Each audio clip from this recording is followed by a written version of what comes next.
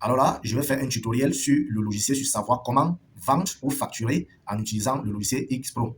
Alors, ici, il ne suffit pas tout simplement de faire des clics pour effectuer la vente, mais il faut aussi comprendre le principe de vente. Pourquoi je vends?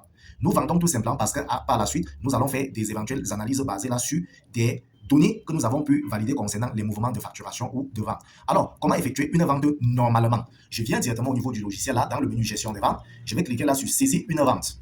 Une fois donc que j'ai cliqué sur saisir une vente, j'ai devant moi là les différents documents des facturiers, des différents clients comptoirs que nous avons validés ou les clients identifiables. Alors, si je vais donc effectuer une nouvelle opération, je viens donc sur écran de saisie 2.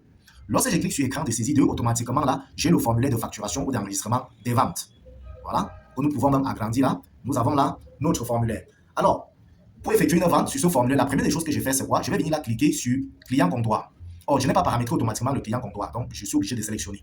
Une fois que j'ai sélectionné, je viens donc maintenant ici en bas, vous allez voir là les critères d'appel des articles. Puisque ici, nous avons là la liste des articles que nous commercialisons. Alors, je peux donc chercher un article ici par les premiers caractères de l'article. Je vais prendre les Yahoo, ça filtre les Yahoo. Si j'ai besoin d'avoir un article par le code, j'ai directement ici les différents codes, mais ici, il devient compliqué parce que ce n'est pas facile de mémoriser les codes articles. Donc, j'ai le code 29836. 29836. Quand je tape 29836. Lorsque je tape 29836, l'article est directement positionné. Si je vais utiliser le code barre, alors je me rassure que j'ai mon lecteur code barre connecté, que voici. Et ça ne suffit pas d'avoir tout simplement le lecteur code barre. Il faudra que l'article qui est dans la machine soit enregistré avec son numéro de code barre. Ça veut dire que les articles qui n'ont pas de numéro de code barre sur leur emballage, on ne peut pas utiliser un lecteur de code barre pour pouvoir faire la facturation. Et le rôle donc maintenant du lecteur code barre permet tout simplement ici d'appeler plus rapidement un article pour facturer. C'est tout. En dehors de ça, il n'y a plus autre chose. Alors, nous allons laisser le code barre de côté. Alors, une fois l'article appelé et positionné là, je vais cliquer sur l'article. Lorsque je clique sur l'article, son prix est automatiquement positionné et la valeur d'un article par défaut. Si on a pris peut-être ce Yahoo, peut-être 3 pots, le client a sollicité 3 pots. Or, ici, nous avons le stock qui est de 76. Donc, on peut effectuer une facturation avec contrôle automatique de stock sur son écran. Alors, directement, comme j'ai récupéré, j'ai positionné 3, je vais donc cliquer sur Ajouter ou je tape sur Entrée clavier. Or, lorsque je clique sur Ajouter, si je reviens là automatiquement, je clique sur le même article, vous allez voir que le stock reste 73 pièces. Donc, il est bien vrai, j'avais commencé à enregistrer d'autres opérations. Alors, je vais encore chercher un autre article pour le Yahoo. Alors, je vais prendre le Yahoo Zoti 150 grammes. Le client a pris 2 pièces. Alors, le prix automatiquement, c'est 650 francs. Or, vous allez voir que le prix ici, la zone du prix ici est grisée, tout simplement parce qu'on a paramétré le logiciel tel qu'on ne puisse pas modifier le prix de vente. Donc, vous êtes obligé ici d'avoir les prix de vente de tous les articles en machine.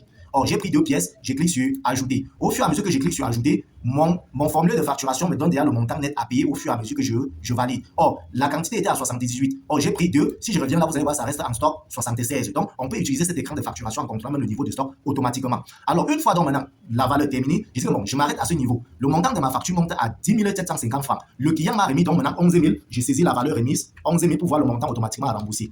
Voilà, je dois rembourser au client directement 250 francs. Une fois ceci donc maintenant connu, je vais donc maintenant cliquer sur fin de facture. Voilà, ici en haut, bon, je vais réduire le zoom. Voilà, alors je clique donc maintenant sur fin de facture pour que j'ai fini avec ce client.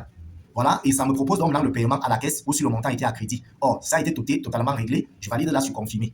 Une fois sur validé sur confirmer, ça m'envoie donc maintenant cette valeur à la caisse et la facture est terminée. Je peux donc maintenant imprimer. Or, au niveau de l'impression, j'ai configuré le logiciel ça me renvoie plutôt la facture plutôt sur le format Epson. Donc, ça ne me renvoie pas le ticket.